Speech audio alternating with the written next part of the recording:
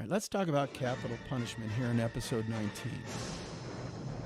We execute about 25 people every year and have about 2,700 inmates on death row waiting to be put to death. Of that 2,700, though, how many are innocent?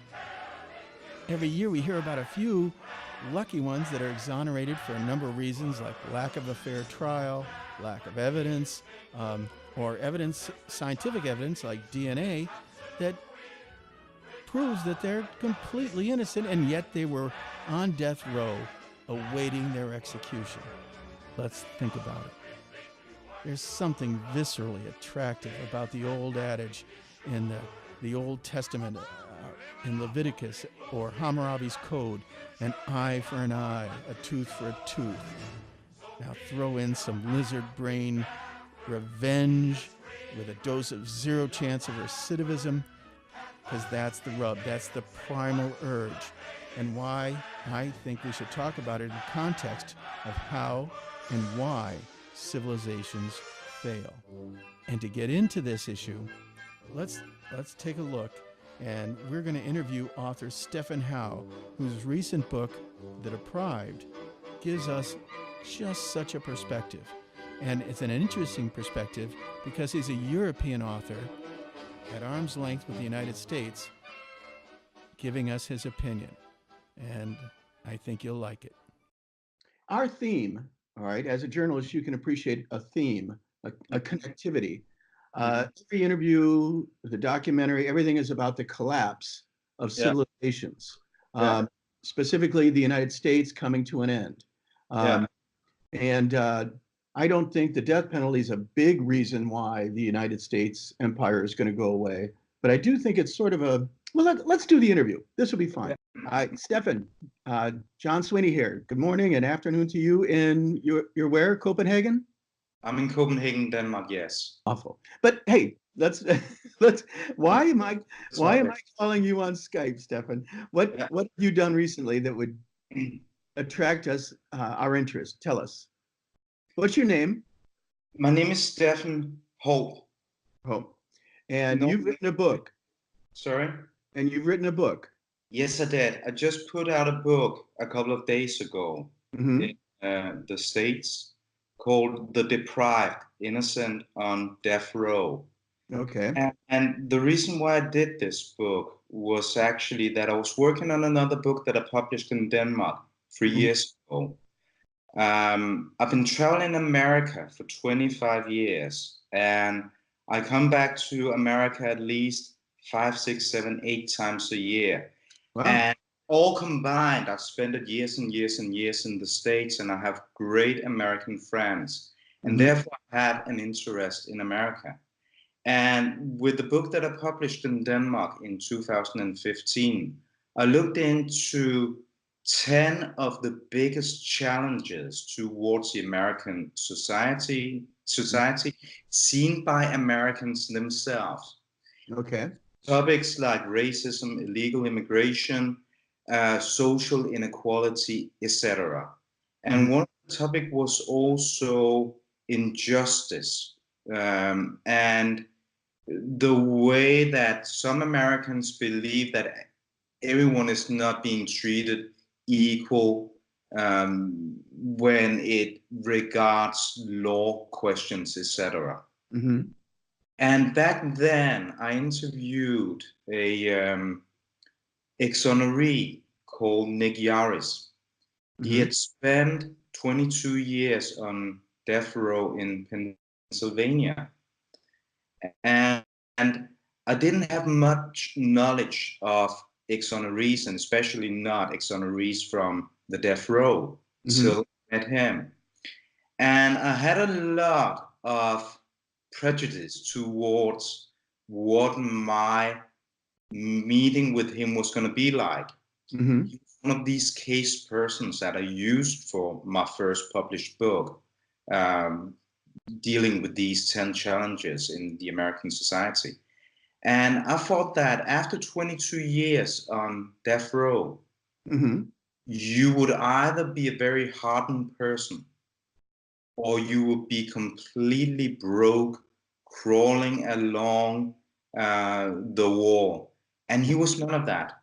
We were meeting in a fancy restaurant on Sunset Boulevard, actually a place where a lot of these Hollywood actors, they come to have their lunch and so on. And Place. sorry, The name of the place? it was the Standard Hotel. Yes. They had dined. I don't remember the name, but I remember that one morning I came in to the restaurant, and there was this kind of electricity in the restaurant. I was going there to have my breakfast, and one of the waitresses, she came up and she said to me right away, "It's such a shame that you didn't come 5 minutes ago." And I was like, "Wow, did you have a free buffet or what did you have?" And she said, "Johnny Depp just left." And I was like, I don't know Johnny Depp. Uh, I'm not a teenager any longer, and so now it's like, yeah, it would have been fun to see him and so on. But there was an electricity in this restaurant because there'd just been this world famous celeb there, and I was like, okay, that's funny. But I actually experienced a bit later the same afternoon.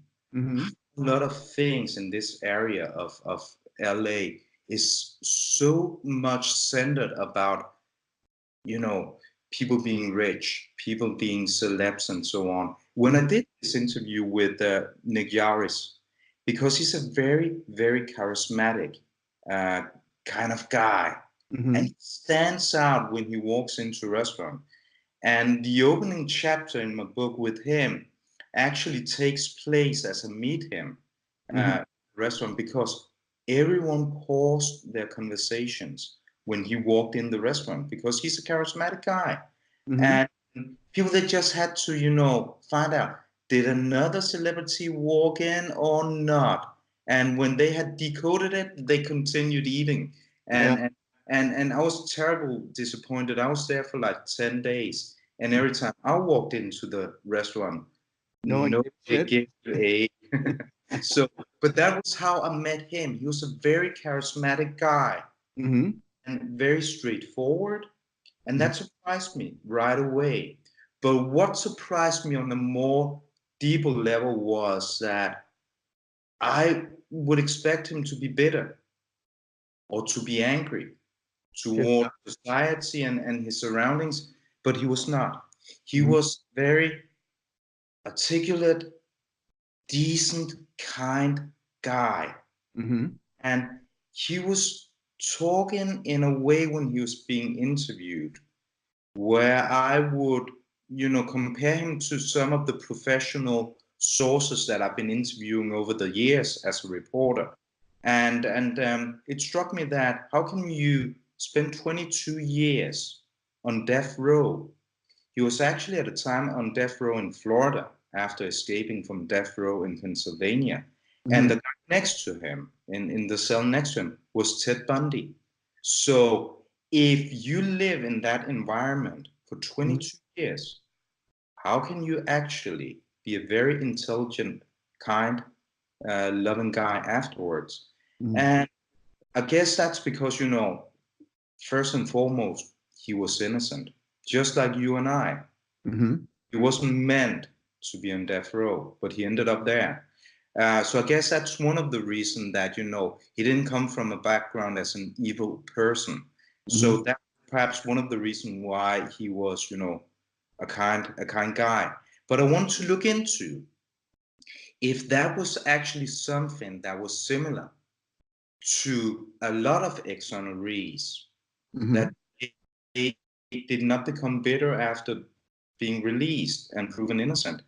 And when I started looking into a lot of different cases with the intention of writing the deprived, I realized that these people that I've interviewed for the book, one actually fought 38 years to prove his innocence. And all of these people, they are the most loving, kind, decent people. None of them has shown towards me any kind of bitterness. Yeah, naturally, they do feel that they've been treated by society in a way that no one should. Mm-hmm. Yes, naturally, they also have some kind of anger within them towards what these sentences, wrongfully conviction, has done to them and their loved ones, like fathers, mothers, sons, daughters, etc. But they all show a kind of kindness, the kind of kindness and decency that society couldn't show them. Mm-hmm. And it surprised me in a very, very nice way that despite being the victim of so much injustice over years and years and years, these people, they still manage to be good, decent people, treating other people in a very nice and admirable way. And that also plays, or my investigations all started out after meeting Nick Yaris in this restaurant, seeing a charismatic guy, and wanting to see if he was just the only one of these ex-honorees being charismatic, nice, and so on. But it goes for all of them. They're really, really lovely people. So you never got to meet Johnny Depp? I never got to meet Johnny Depp, but Who afterwards, cares, dude? I was just but kidding. the funny thing is, with this story is, uh, afterwards, I went back to the place that I was living in Denmark back then, a place called Aarhus. That is my hometown. It's the second largest town in Denmark. And I woke up one morning, I think a month after being to the Standard Hotel, missing out on Johnny Depp. And it turns out that I actually missed out on him one more time, because he was playing with his band in my hometown. I didn't know. And he was actually staying at the hotel, like half a minute walk from my apartment in this. He'd been partying all night at the cafe where I used to go to quite frequently. So that was the second time. And I guess there's something about the third time. And I guess that it's just a question of time before Just a question of when. and offers me a role in a blockbuster movie or something like that. So, but you know what, if he by some chance should stumble over my new book reading about all the wrongfully convicted in America, would be enough for me. Oh, that's nice. Well, fuck Johnny Depp. Let's get back to the serious topic here. Yeah. All right.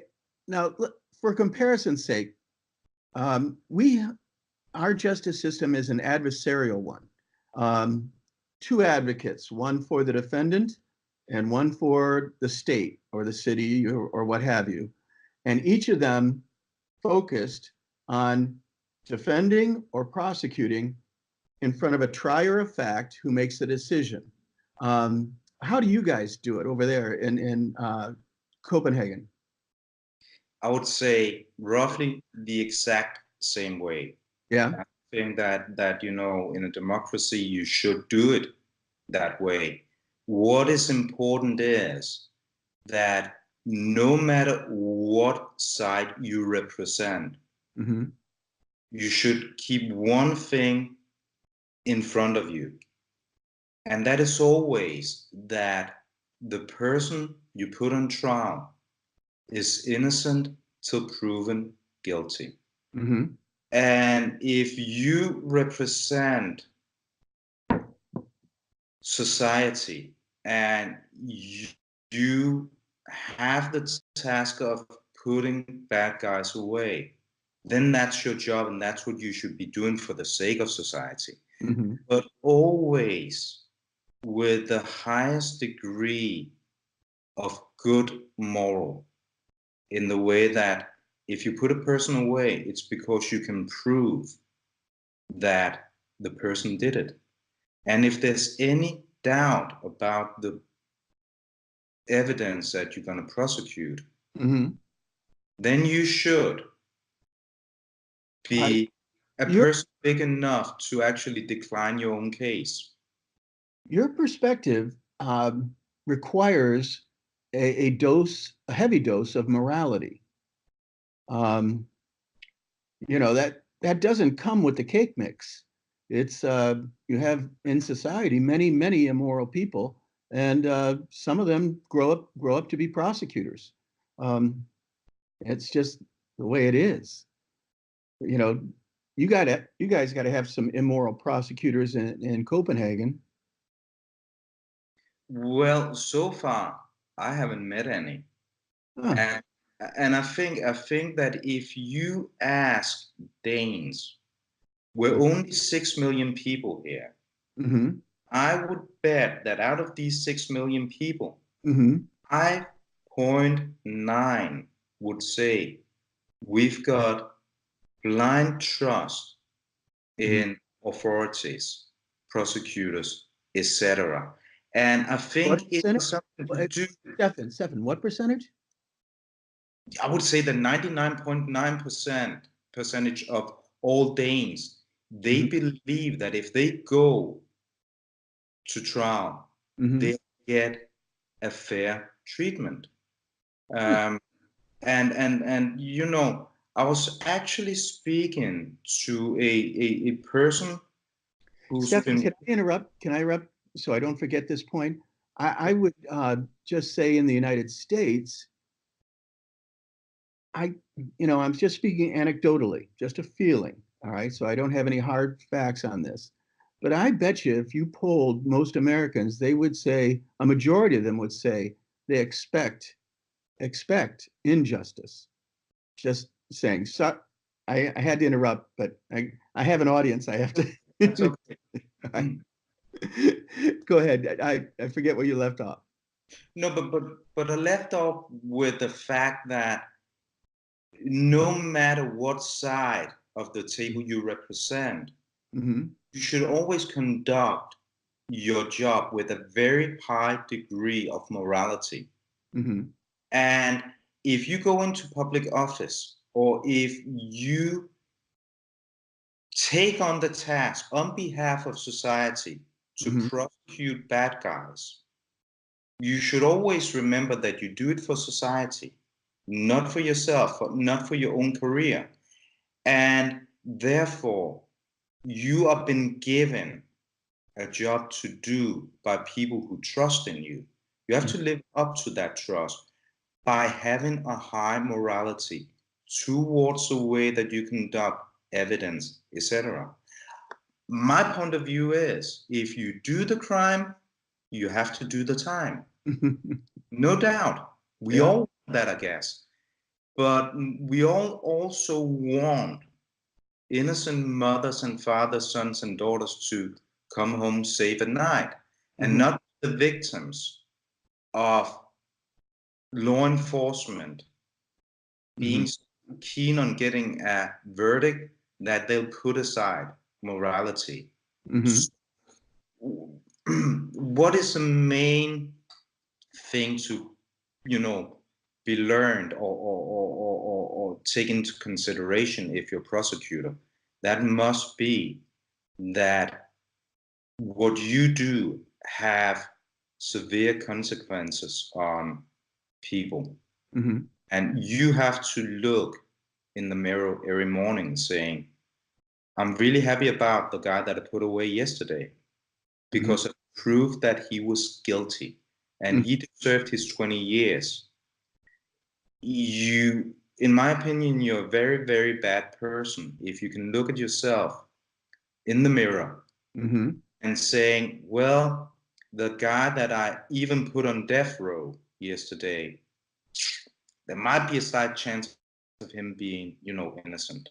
You Mm-hmm. know, innocent innocence always have, you know, to be beneficial to a person.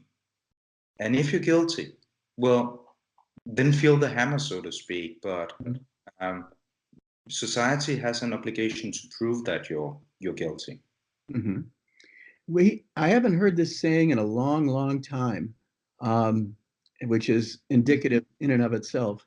But It was something like better 1,000 guilty people go free than one innocent go to jail or be hung or electrocuted or gassed or injected or shot. Mm. Yeah, you guys used to have. Did you guys have the guillotine? I guess that was hundreds of years ago. Yeah, but you guys, like France, you guys use the guillotine? We probably did. We probably did. But, I don't think there's been a person executed in Denmark out of war times for probably 150 years or perhaps even more. Yeah. And well, I saw in your book that you said 16,000 have been put to death in the United States. Yeah. That number sounds way low. I mean, where could you, what's the source for that stat? Because I'm guessing that's way low. But we have to take into consideration that these numbers go also hundreds of years back. Right. So, everything might not have been reported as it is today. Mm-hmm. But I would say a source like the Death Penalty Information Center, Mm-hmm. that's a great source for all sorts of statistics Okay. concerning the death penalty. Mm-hmm. And in America, you've got some very well-functioning professional organizations Uh-huh. like the Innocence Project, just to mention one, that also have a lot of statistics, facts, etc., that they put out. And you'll also find a lot of law schools around America looking into wrongful convictions Mm-hmm. and actually making estimates about the number of innocent Americans in prisons and so on. Mm-hmm. Um, but a lot of the statistics and facts that I use in my book, I have obtained these facts from both national agencies. All right. So in your statistics, in your research, you've only researched state-sponsored. Um, but I bet you if you took in all the statistics that are arising now, where the state looked the other way when the public decide to have a lynching on a Sunday afternoon, um, you know, I wonder how many tens of thousands would be added to that. Because 16,000 sounds really low. I mean, literally, we used to hang people for entertainment. Um, you know, it's just, it's in our DNA. If Johnny Depp isn't killing somebody on a Pirates of the Caribbean ship, we're hanging somebody in the public square. It's But, but the way that I direct these things is, I approach it in a journalistic way. Mhm. Just like the prosecutor has to be able to prove the guilty of a person in court, my approach is that I only use statistics that I can, so to speak, validate. Uh, And I would say that my interest is also what takes place um, in a public manner that you can actually, uh, go back and see through records and so on. What's going on a Sunday afternoon at the square, as you mentioned? That is not for me well, to Steph, investigate. At least that would be a different kind of topic, I would say. all right. Well, just as a follow-up, there is a group that has, and I can't remember their name, and if I think of it, I'll send you an email. But there has been a group that has tracked all the public lynchings and burnings and all that of Black people throughout the United States, when, where, and they even map it out. Little red dots on a map, and it's amazing when you see all the map, and mostly in the South, but it's all over, but predominantly in the South. So I'm telling you, that's 16,000, dude. is way low. So, for example, I used to live in Denver, and there's a bar there, and the walls are all covered with these old de rigueur photographs of, and by the way, it looks like this montage. And sometimes when you look at a montage, it's more of a, you're looking at the big picture as opposed to the minutia, right? But if you go look at these photographs, every one of them is a public lynching in Denver, a different public lynching, and it covers the walls. So there was at least a couple thousand there. So. Yeah, yeah. No, but the official number is 16,000, but whether there's a lot of executions that has not been reported or not, Mhm. I would say 16,000. That is still a lot of executions, isn't it? And especially We're not done yet, dude. We're gonna get back to us next year. We're gonna add to that, I'm sure. yeah, And but and many will be innocent. Many yeah, will be innocent. and that is, one thing is you can be in favor of the death penalty or not, Mhm. but as a human being, I would find it very hard to find any good argument for ever being in favor of executing an innocent person. And we know for sure that innocent Americans, they have already been executed. Oh, sure. So, there's another I have saying. an Let me make an argument, okay? And I saw, that there's no deterrence. There, economically, it's too expensive. Um, what about entertainment value? With executions. Yeah. In what way? Well, the wall of that bar, all right? In every one of those public hangings, there was a massive crowd that came out to see it. Um, I don't know if they're selling popcorn and soda pop, but they were there to be entertained. But I would think, and I would say that I love by your hesitation, Stefan. Just you, I can hear your but I wheels think this turning. is a different thing, that the way that executions are being conducted today, Mhm. in the way that, you know, if you go back 200 years, people, they could turn up at the square and Mhm. they could see the execution. Right. There's no access to the execution chamber today, and there's no selling popcorns or anything like that. So I don't see that there's any entertainment value Mhm. connected to executions today.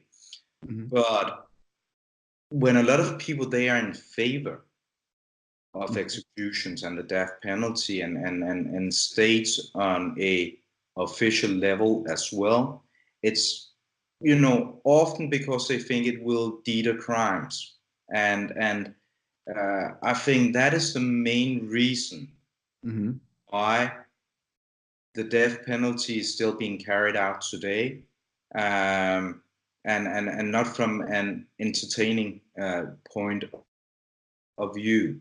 But one thing that still goes today as it did 200 years ago or Mhm. 300 years ago is it the right way to treat your own citizens or to deter crime Mhm.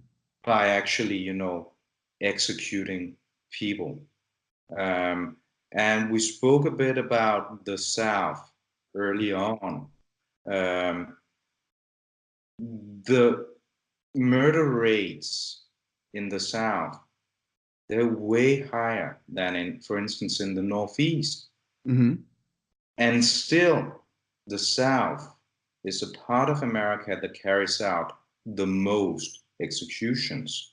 So All if right, it, Stefan, I'm going to interrupt again because that is a win-win. All right. Not only are they hanging them down there, each other, but they're killing each other down there. And I'm a big fan of Darwin. And if that's that culling, that thinning of the herd, I think that's good long range for the United States. I think they should hang more Southerners. In fact, I think everyone from the East and West Coast should make it a holiday event, entertainment. Let's hang a Southerner this week, every Sunday. You gotta be kidding. A little bit. Not a little bit, I hope a lot. Because, on a more serious level, Uh-huh. it just proves that the more people you execute, Mm-hmm. the lower your crime rates are not going to be. Mm-hmm. So why is it actually that you would use the death penalty if you do not achieve your goal by Mm-hmm. doing it? And Back to my point, all right, which was tongue in cheek, as we say. Sorry about the idiom. But it does accomplish something. We're getting rid of a lot of Southerners. Um, we tried the Civil War. We killed off a lot back then. That didn't work. We're still stuck with them. And if they're killing themselves, glory be to Darwin. I think that there's a lot of beautiful and nice people from the southern part of the states. So You're breaking I do up. not You're agree breaking with up. you on There's a that. lot of what? There's a lot of what? Of nice people from the south part Name of five. America. Sorry? Name five.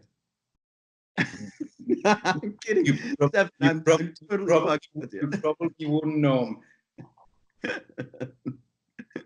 All right. So there's no deterrence. It costs too much. And yet we do it.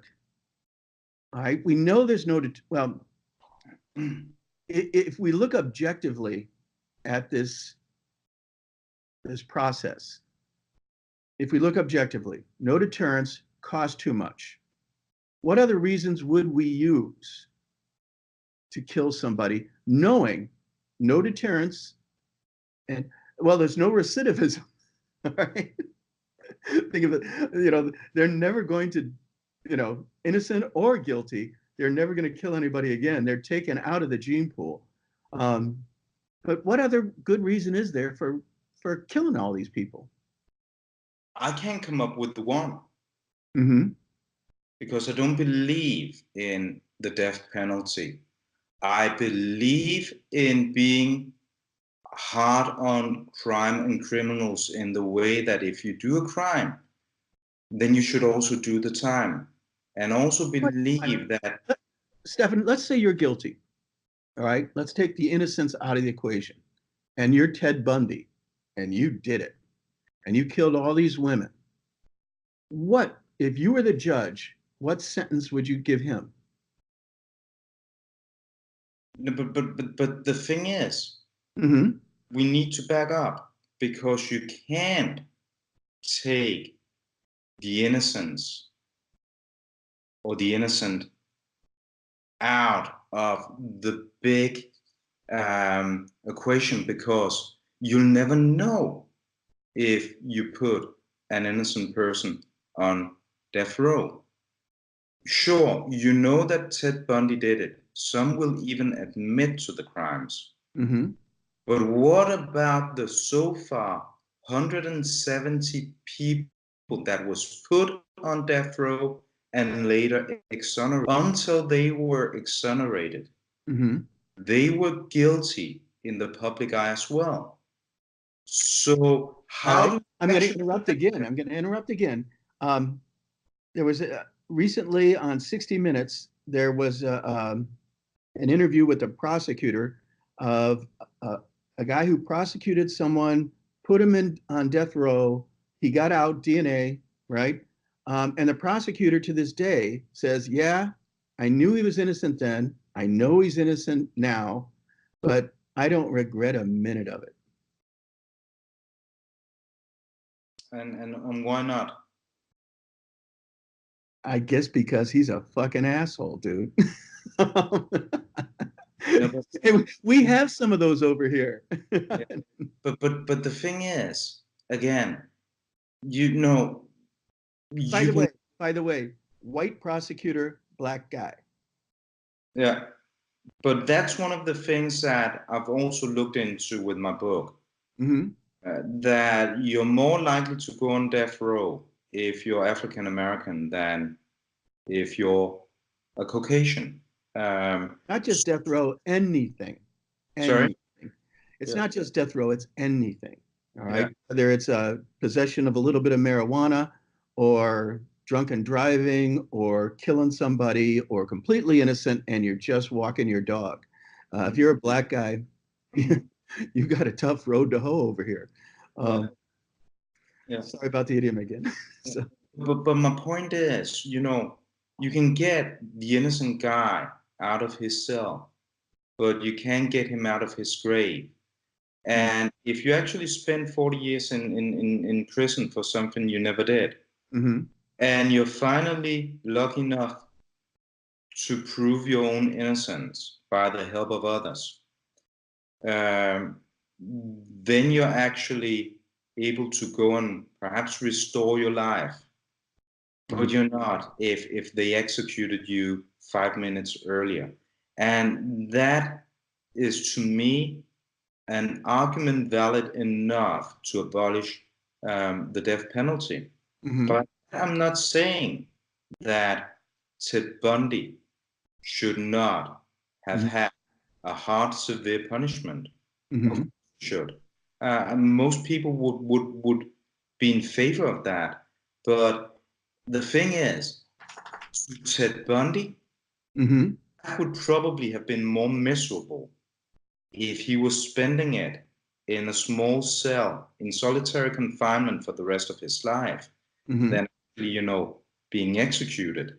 Um, so, in my opinion, it's a win-win mhm, abolishing the death penalty.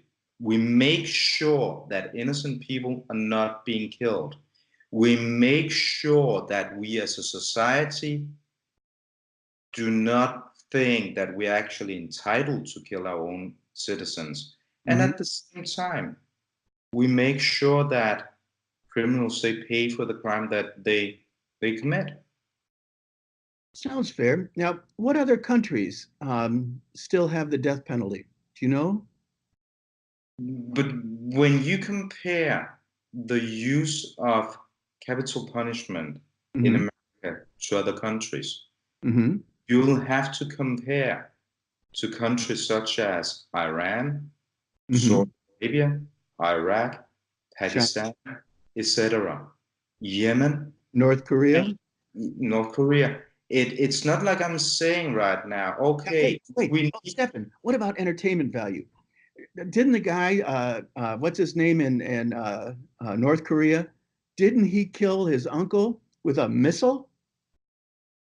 um, you would know more about that, it Uh, sounds. yeah, But he took no, him out. I'm talking like a surface to air missile, aimed about five of them, got everybody around and they watched and they just blew them into little pieces. Come on. That's Johnny Depp stuff, man. and definitely something that has nothing to do with death penalty in America. Well, But I disagree. I disagree. All right, uh, because it's my job to be provocative. All yeah, right. Um, and and I and say you're that, doing a good job at it. thanks, brother. Um, I say that's similar in that in order to have the death penalty, you have to have an issue with the sanctity of life or lack thereof. Um, Life has less meaning, or it's not as precious in, say, Iran, China, North Korea, Texas. Um, and so therefore, life can be extinguished because it's not as important to some people. I think that has to be a part of the equation. There's no deterrence. There's no, it costs way too fucking much. All right. But you're culling the population because you just don't care. But in a Western democracy, Mm-hmm. you should care about your own citizens. And the point is, you know, when we compare the use of death penalty in America to other countries, we do it with countries that you would by no means normally compare America to. So, For example, if we have to look at the numbers of people being executed in America, and we're measuring them up against the number of people being executed in Iran or Iraq, um, we're not comparing them to people in France, Germany, Denmark, and so on, countries that you would normally compare America to. And naturally, I think that says a bit about the way that America has developed its legal system towards many other Western democracies. And I think it's about time that Americans took a good hard look at the use of death penalty. I think, Stephen, you chose the wrong word. You said developed. Our justice system developed. I think maybe deteriorated might be a better, more accurate word. But hey, I'm just saying. Now we're back to your role as a provocateur. But I think you get the point. And that's where it is. But today you can also see that if you go back a few decades, you would have figures like 80% of the Americans being in favor of the death penalty.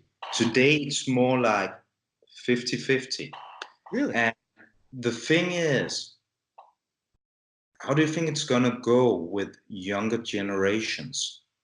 Do you think that they're going to be as keen on executing as older generations has been, or how's that going to go? Personally, I think that, going from 80% just a few decades back to now 50%, that's going to decline. And I think that within actually very few years, you'll see that more and more states are actually gonna abolish the death penalty. And I think that's the right way to go. Because as I've said a couple of times, it doesn't mean that criminals won't go to prison. They will. It just means that a lot of innocent people will not be killed before it can be proven they were just fathers and mothers, sons or daughters that was at the wrong place at the wrong time. So, for these people, most of the people who have been exonerated from death row, it has taken years and years and years. Well, technology had to get, DNA has had an important role in that. But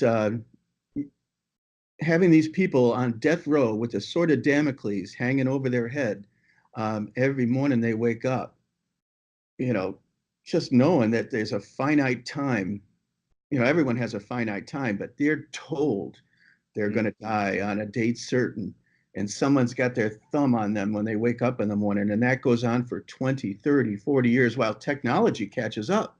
All right, now, is that the next phase that these guys have to look forward to, is a new type of technology that'll let them off the hook? I mean, God, that's not a lot of hope, man. I would, when we started this interview, you were talking about that very charismatic guy. I would have turned into mush. I would have turned into wet noodle oatmeal type shit. But anyways, I'm making a speech. but I think that what I've realized with some of the people that I've interviewed for my book is that many of them, they were just about to break down and give up hope before they were exonerated. But I think that they have been taught one thing, And that is, if you become as cruel and bitter as others have been to you, then there's not really any life to restore afterwards. And I think that's why they have gone in the opposite direction. They know what cruelty and bitterness can do to a person. So I think that's why they're very eager and keen on being good people afterwards. And also think that if you know you're innocent, then I think it's within most people that they need to prove to their sons and their daughters that they are not the ones that they are portrayed and convicted as. To me, it would be very important actually showing my daughter that I was not the rapist, the murderer, etc., that I was convicted of being. And I think that's driving a lot of these people. But also that if you have a death sentence over your head, I guess that most of us will do anything within our means to remove that sentence, because most of us enjoy living. And I guess that goes as well for people on death row, no matter how hard it may be being on death row. But you see people getting through decades on death row and getting out on the other side as innocent people. And that must be a will to live that gives them that power. But in connection with, How many people did you interview that got off?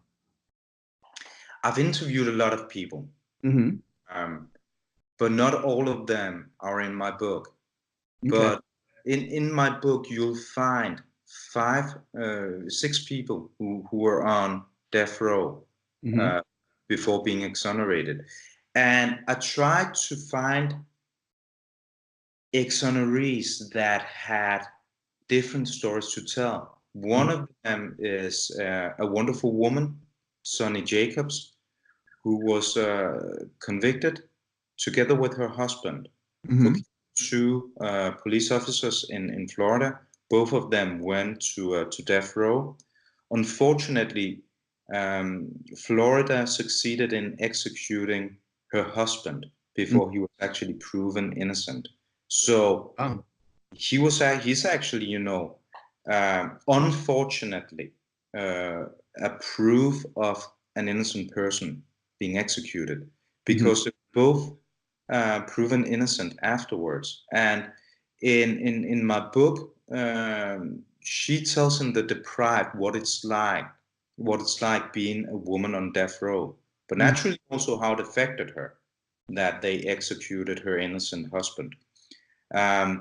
Another of these exonerees tells what it's like being convicted and put on death row as a teenager. Mia Jamal was 17 years old when he was put on death row. And when he was exonerated, finally 38 years later, he felt that he had been deprived of what is, to a lot of people, something that we really long for in life, becoming fathers and mothers. Sure. He was deprived of having kids because he was put on death row as a teenager. Yeah. I try to, in the book, describe different sides of the death penalty, of wrongful convictions, and so on. And because it's important to me, there's so many different angles to this topic, and it's important for me to cast light on many of them. And I try to do that by telling different stories of people who have one thing in common, that they were wrongfully convicted. All right. Let me throw, again, to be provocative. There's no real deterrence to the prosecutor to have that moral compass that you alluded to earlier.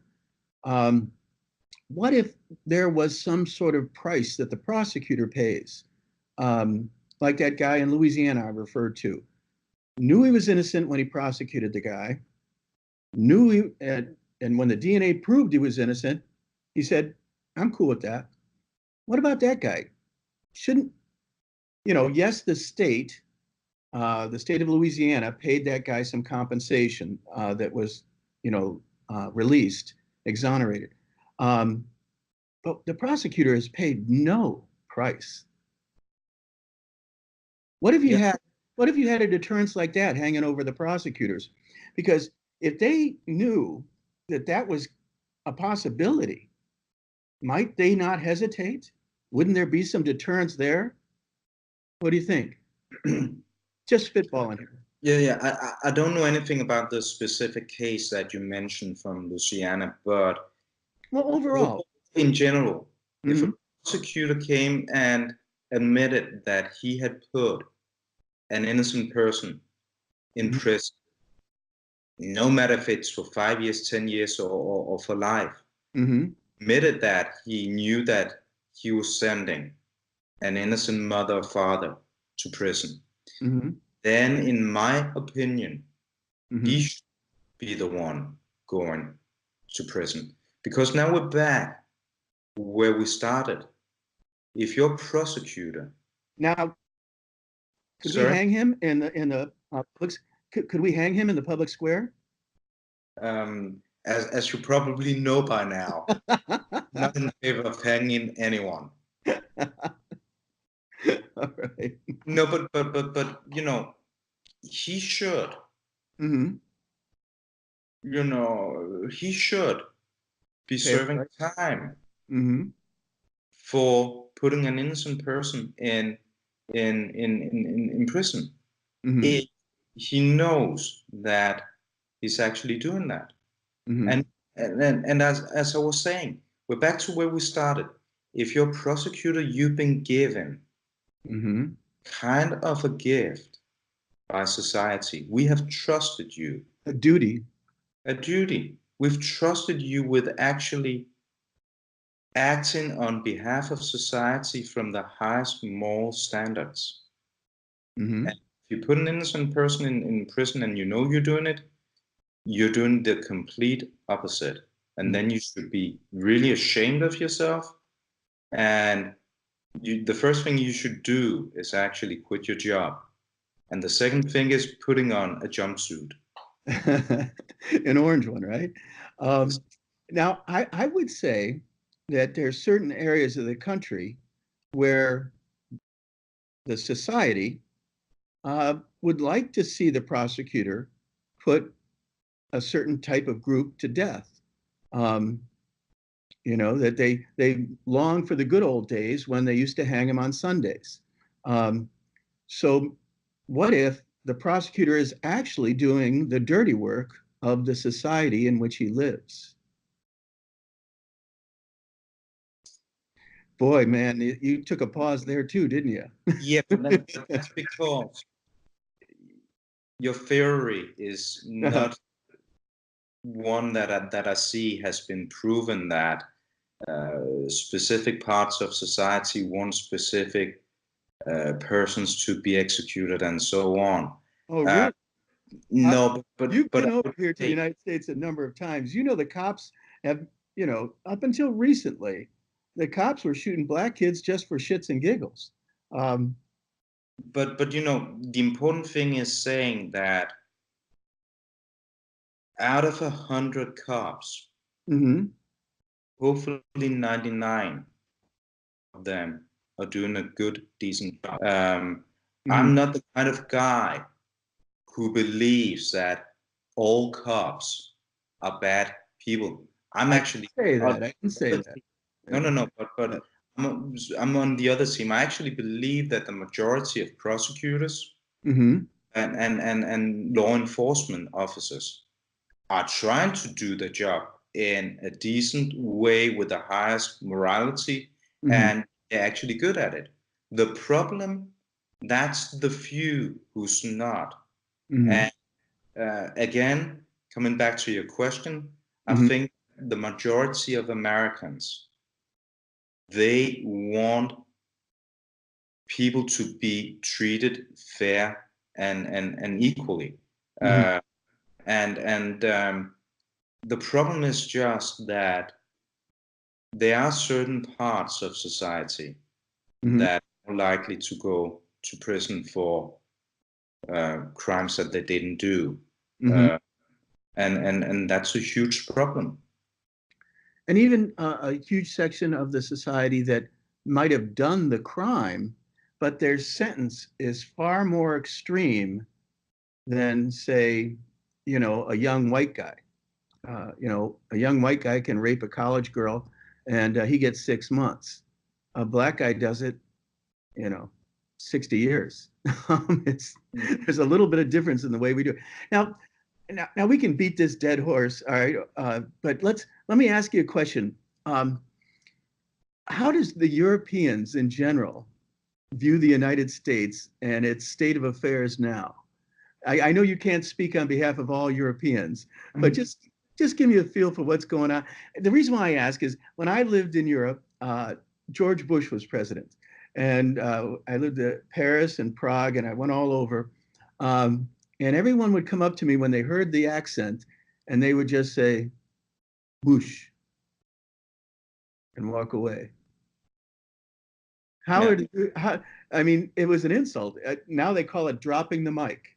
Do you guys have that expression over there? Dropping yeah, the mic? I yeah, made my point, drop the mic and walk away.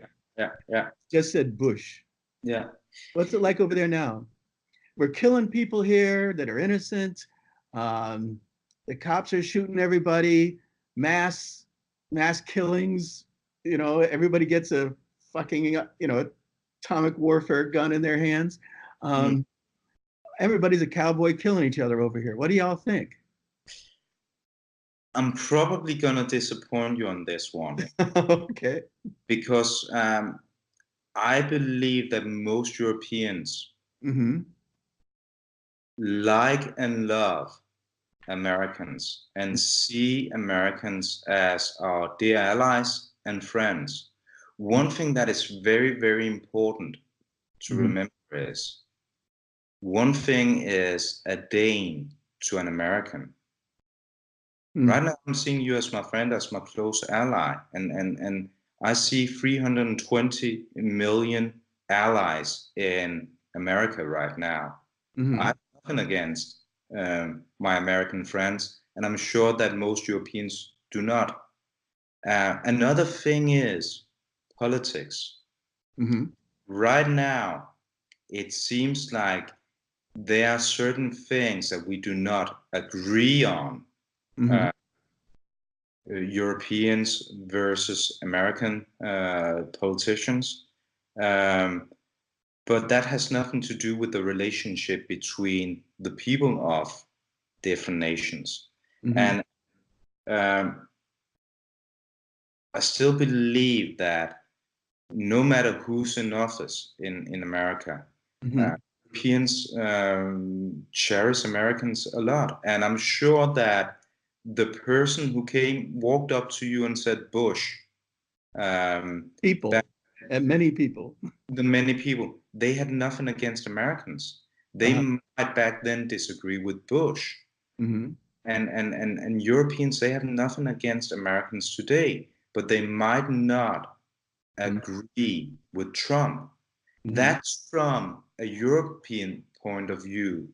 Um, uh, I don't know how Americans they see themselves in connection with the surrounding world, Mm-hmm. but um, with all the travels that I do in America, it often strikes me that Americans they think they have a much better reputation outside of America than reality is. Mm-hmm.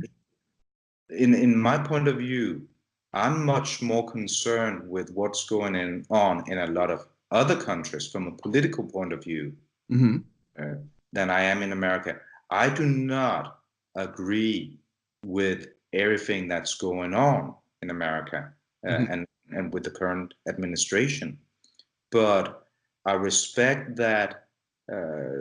Despite the fact that I do not see eye to eye on things always with Trump, I respect that he has been elected as a president in a democracy. If Americans do not want Trump, now, Stefan, for the record, he did not win the popular vote. He lost the popular vote by 3 million. Yeah, but you need to change your electoral system. Yeah, no shit. Yeah. Let me ask you a question. I think that Europeans, they love Americans and like Americans and see Americans as a close friends. No president, being Bush, Obama, Trump, or who's going to be next, can, change that fact. Now, what about 2 more questions, and I'll let you go. Thank you for your generosity with your time.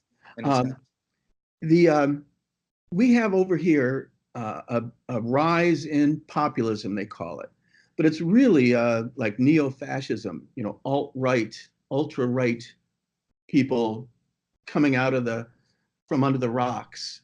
And a lot of it's fueled by the Russians and their involvement in our political system. Do you guys get a lot? I know that Poland, Hungary, Italy, degree, and Denmark get a lot of influence.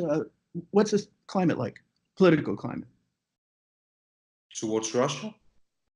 Towards Russia, towards the rise of populism. I see them all as one and the same. That a lot of it's fueled by the Russians, and they did a good job in fucking us over recently.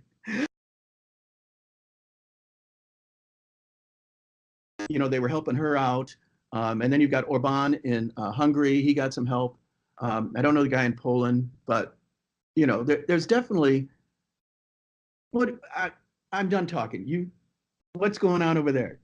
But concerning who's been supported in one way or another, I'll leave it to others to answer. But one thing is for sure, that in Europe, we're very concerned with what's going on in Russia.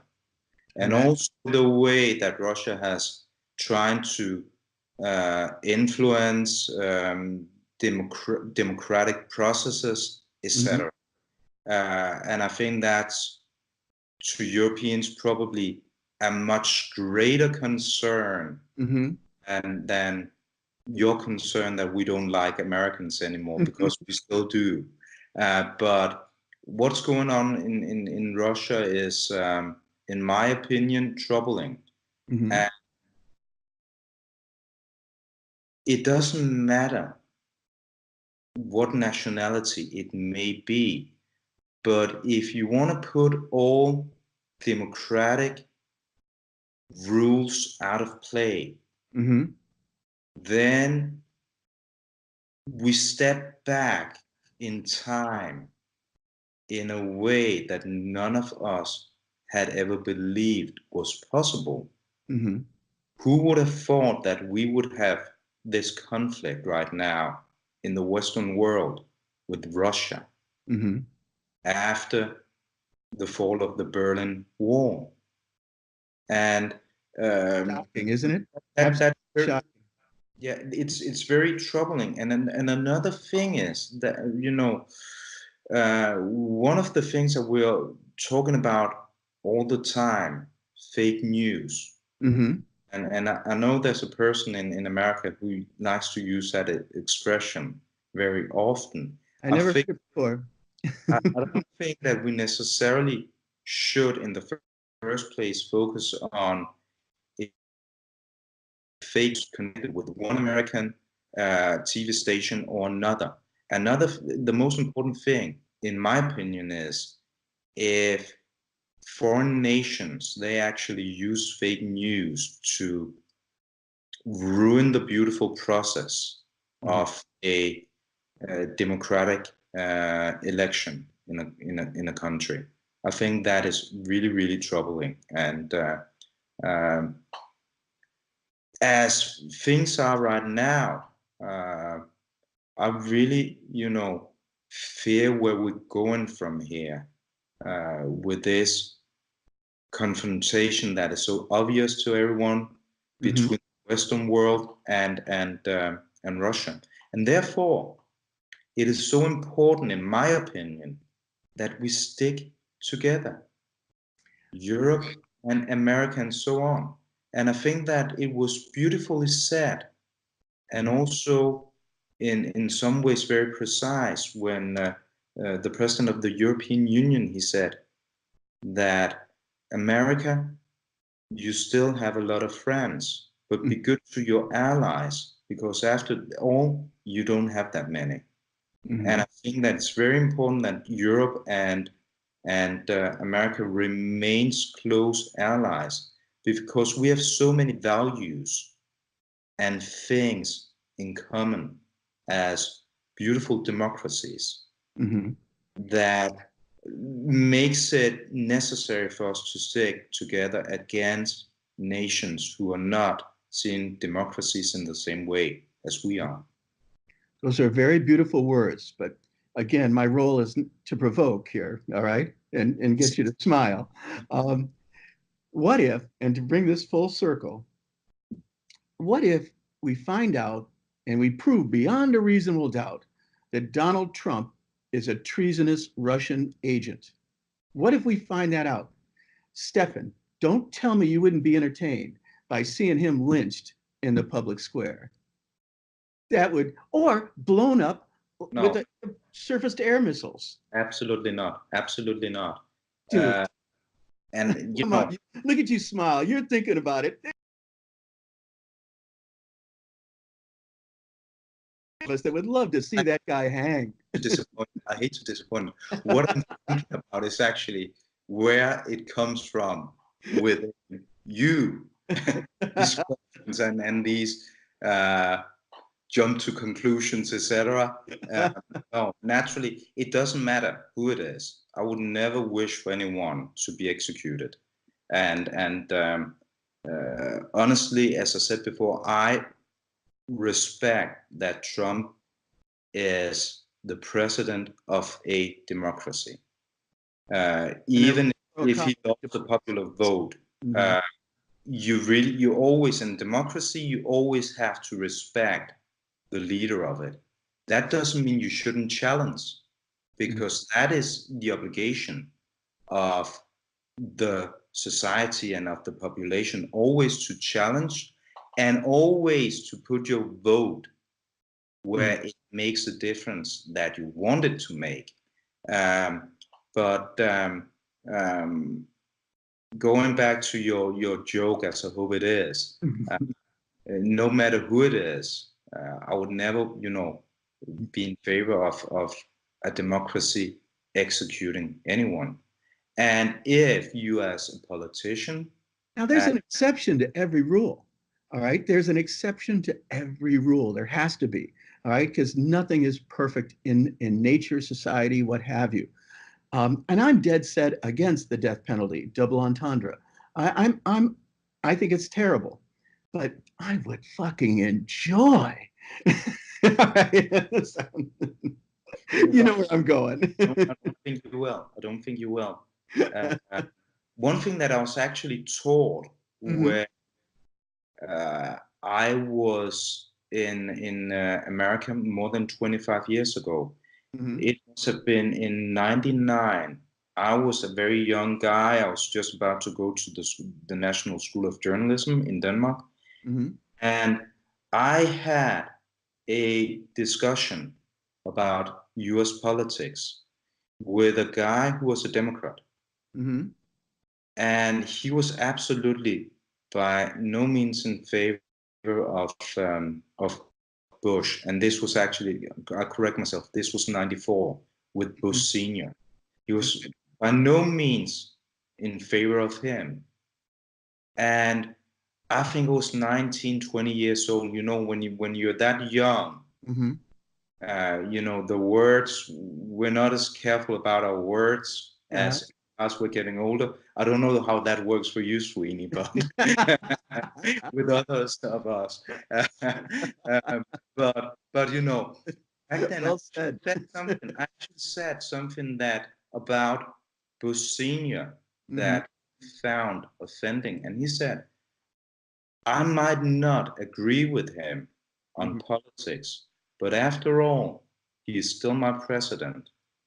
And I was probably saying something like, I thought that he was a fool or something like that, because I'm not the kind of guy, as you probably find out by now, who screams and curse and stuff like that.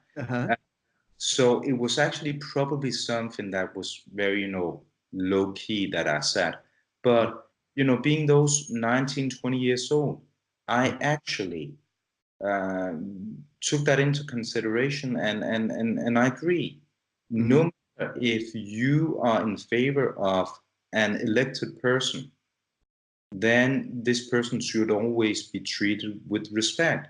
So from my political views, if where I put my vote, if that's not come through at an election, I will still be talking in a kind and respectful way about my opponents. And that should go for anything, because if we don't do that, and I see that is one of the biggest problems perhaps we have in Western democracies today, it is we have lost the ability to actually talk respectfully about our opponents. And if we can't talk respectfully about our opponents, then we're not having conversations, then we're having fights. And if we have fights, eventually we'll all end on the ground, and nothing good is going to come from that. So I think that the important lesson also for Americans is today that Americans will be divided first and foremost by words rather than actions. Fair enough in a democracy if you're divided by actions because you don't agree, but it's really sad and it's really stupid to be divided by words. Well, wait till you thought the Syrians were problems when the refugees came over. Wait till the United States starts seeking asylum in Denmark, and you'll see a flood. There's 320 million of us. We'll have to start. We'll end up somewhere. How's asylum rules? You're welcome. And you're welcome. I would love to have more Americans in Denmark. Please come. We don't have any walls or anything, and there's a lot of our guns? Sorry?